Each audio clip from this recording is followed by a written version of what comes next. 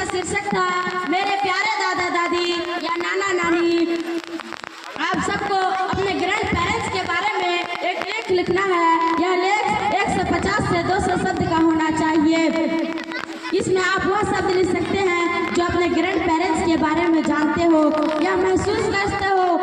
कोशिश करना जो भी आप लेख लिखो वह सत्य पर आधारित हो, ना कि किताब से रटा हुआ। तो आप सब तैयार हो? Yes please. तो आपका समय शुरू होता है।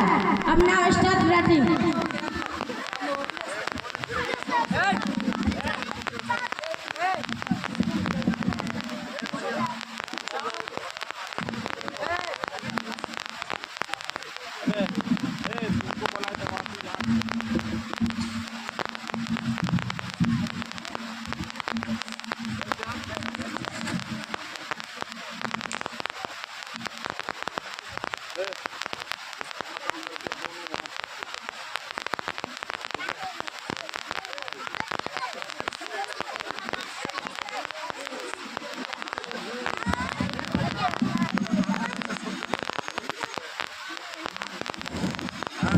चालू है।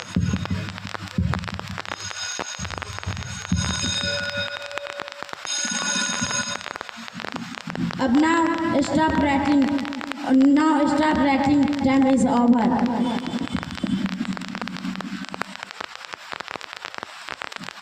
ओके स्टूडेंट, मैं उम्मीद करती हूँ आज आप सबने टेस्ट बहुत अच्छा दिया होगा। इसका परिणाम मैं आपको कल बताऊंगी इंशाल्लाह।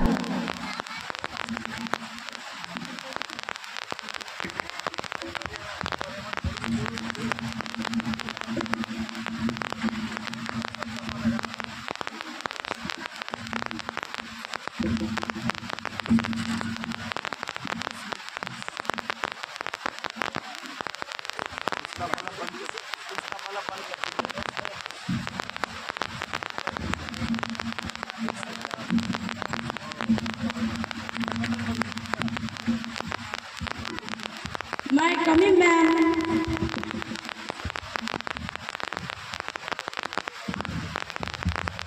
Yes, coming.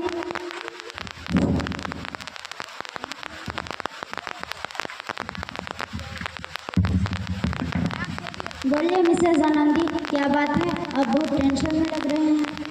मैम, आपसे एक जरूरी बात करनी है। जी बोलिए। Tell me what is the matter. Ma'am, आज मैं 3 क्लास के बच्चों का एक टेस्ट ली थी जिसका टॉपिक था मेरे प्यारे दादा दादी या नाना नानी। सभी बच्चों ने बहुत अच्छा लिखा, लेकिन जब मैं प्रदीप का टेस्ट चेक कर रही थी तो मैं दंग रह गई। ऐसा क्या लिखा है प्रदीप ने टेस्ट में? मैम, अब खुद ही पढ़ लीजिए, आपको सारा माजरा समझ में आ जाएगी।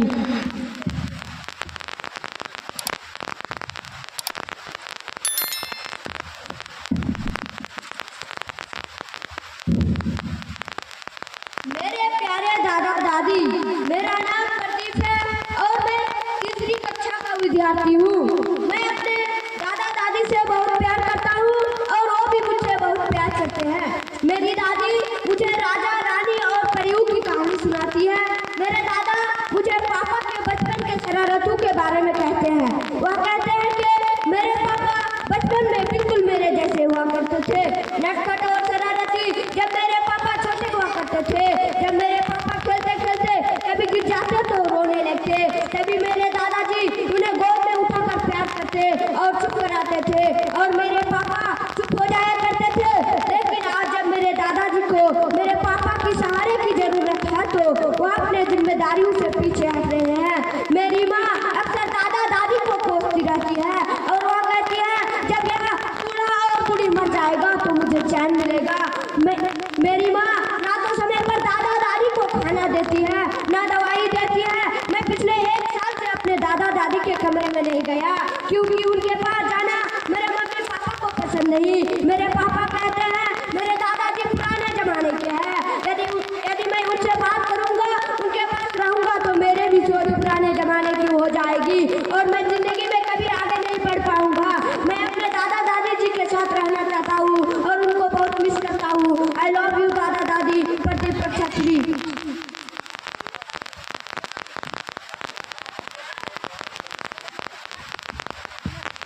ये तो सच में बहुत टेंशन की बात है। हमें इस बारे में प्रदीप से बात करना चाहिए। गार्ड, अंदर आओ। मैं आए कमिंग मैम। एस कमिन, जाओ और कक्षा 3 से प्रदीप को बुला के लाओ।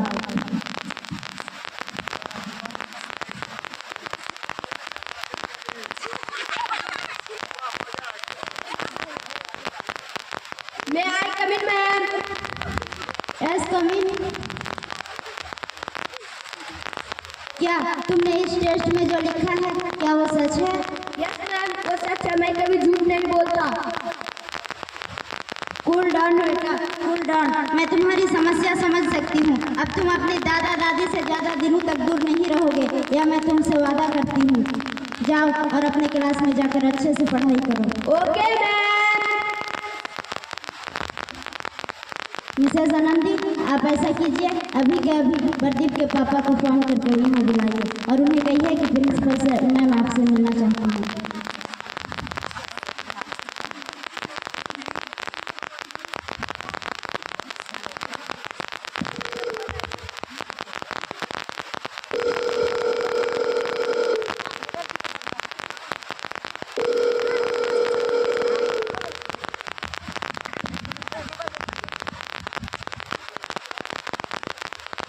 हेलो कौन?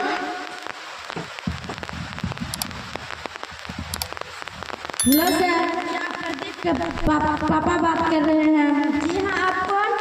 मैं प्रदीप के क्लास टीचर बात कर रही हूँ। प्रिंसिपल मैम आपसे मिलना चाहते हैं। आपको आज के आज स्कूल आना पड़ेगा। क्या हुआ मैम, कोई चिंता की बात है? बस नहीं, ऐसे ही। ठीक है मैम, मैं छुट्टी होने से पहले पहले स्कूल पहुँच जाऊँगा। Okay, thank you sir.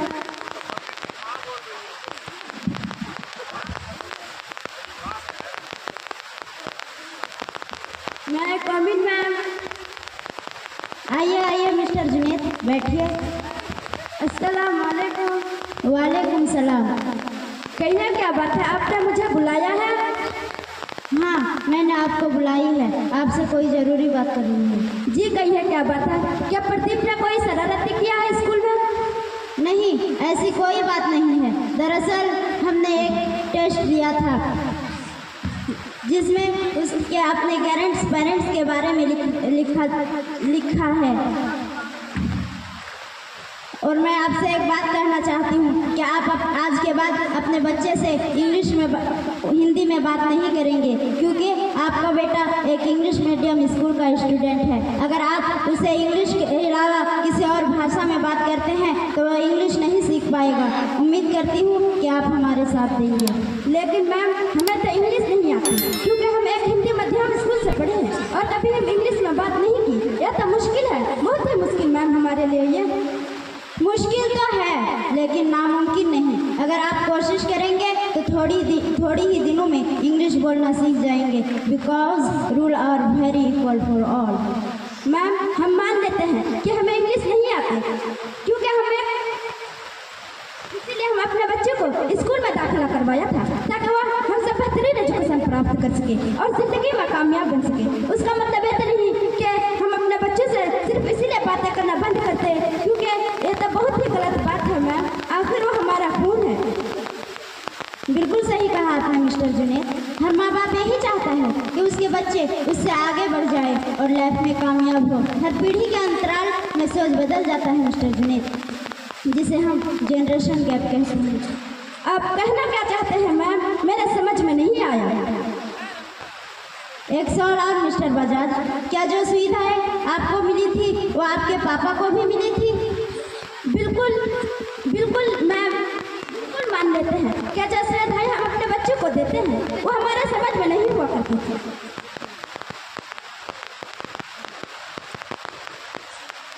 क्या जो सुविधाएं आपको मिली थी क्या वो सुविधा आपके पापा को भी मिली थी?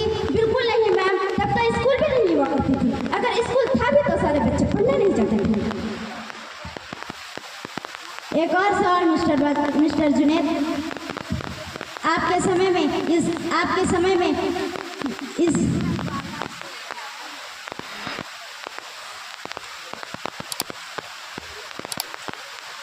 लेकिन आपके पापा के समय में कंप्यूटर, लैपटॉप लैपटॉप, टीवी और टेक्नोलॉजी इतनी एडवांस नहीं हुआ करती थी।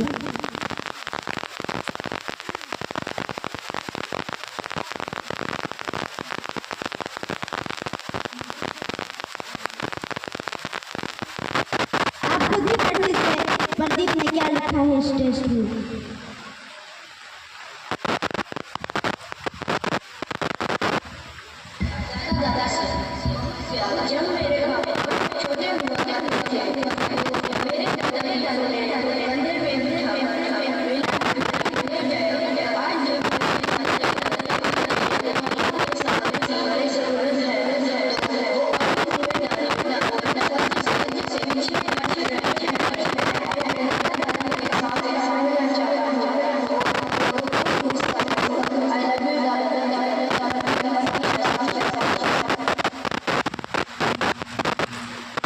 देखिए मिस्टर जी, मेरा मकसद आपकी इंसल्ट कराने का बिल्कुल भी नहीं था। आपका बेटा एक बहुत ही होशियार और महान विद्यार्थी है। बच्चे तो कच्चे मिट्टी की तरह होते हैं। माता पिता और अध्यापक उन्हें जिस तरह का रूप चाहे दे सकते हैं। बस कीजिए मैम, बस कीजिए। मुझे अपने गलती का एहसास हो गया है। जानने अनजाने में मेरी और मेरी बीवी से बहुत बड़ा पाप हुआ है। मैम मुझे माफ़ कर दीजिए। चुप कर जाइए मिस्टर जुनैद। अगर सुबह का बुरा हुआ शाम को घर लौट आए तो उसे बुरा नहीं कहते। अगर आपको माफ़ी मांगनी है तो अपने माँ बाप से मांगिए, जिनका आपने बहुत दिल दुखाया है।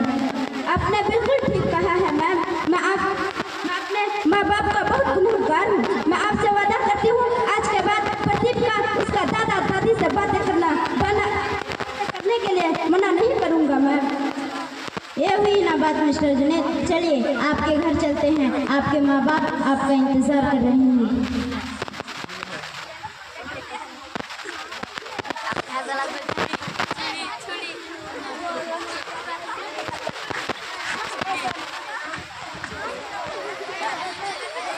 पापा मुझे माफ़ कर दीजिए। जानने अनजाने में मुझसे बहुत बड़ा गलती हो गई है। मैं आज के बाद इस दोबारा गलती नहीं करूँगा।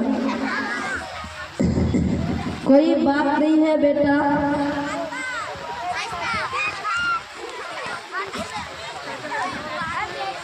पापा अब चलिए मेरे साथ।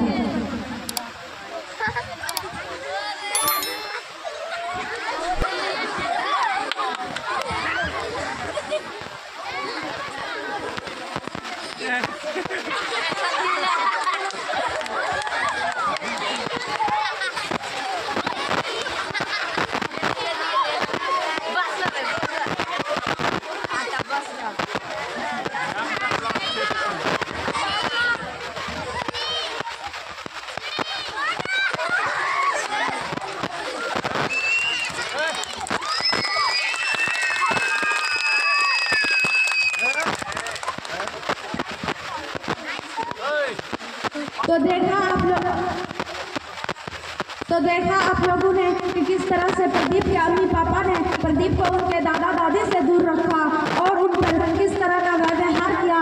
लेकिन अब जुनैद को एहसास हो गया